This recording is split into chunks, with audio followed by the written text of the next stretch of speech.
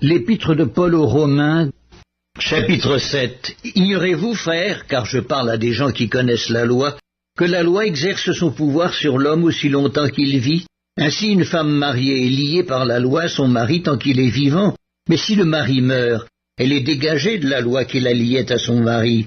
Si donc du vivant de son mari elle devient la femme d'un autre homme, elle sera appelée adultère. Mais si le mari meurt, elle est affranchie de la loi, de sorte qu'elle n'est point adultère en devenant la femme d'un autre. De même, mes frères, vous aussi vous avez été par le corps de Christ mis à mort en ce qui concerne la loi, pour que vous apparteniez à un autre, à celui qui est ressuscité des morts, afin que nous portions des fruits pour Dieu. Car lorsque nous étions dans la chair, les passions des péchés provoqués par la loi agissaient dans nos membres, de sorte que nous portions des fruits pour la mort.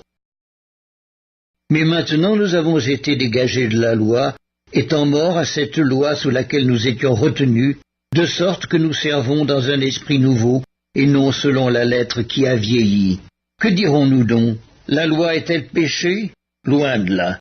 Mais je n'ai connu le péché que par la loi, car je n'aurais pas connu la convoitise, si la loi n'eût dit « tu ne convoiteras point ».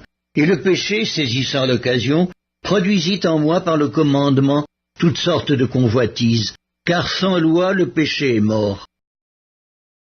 Pour moi, étant autrefois sans loi, je vivais, mais quand le commandement vint, le péché reprit vie, et moi je mourus.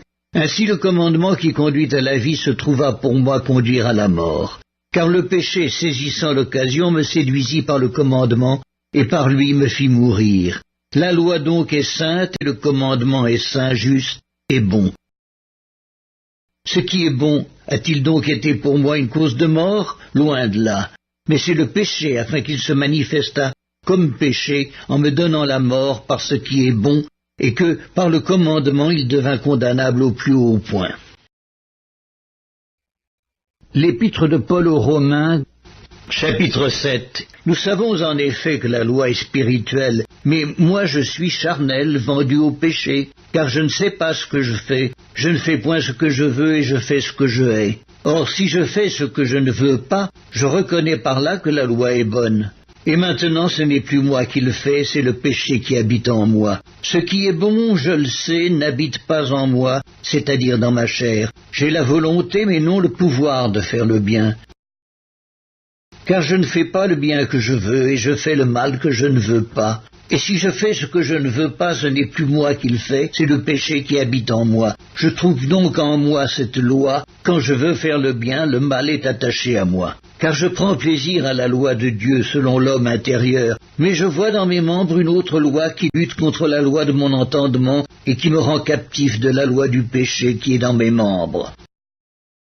Misérable que je suis, qui me délivrera du corps de cette mort? Grâce soit rendue à Dieu par Jésus-Christ notre Seigneur. Ainsi donc moi-même je suis par l'entendement esclave de la loi de Dieu, et je suis par la chair esclave de la loi du péché.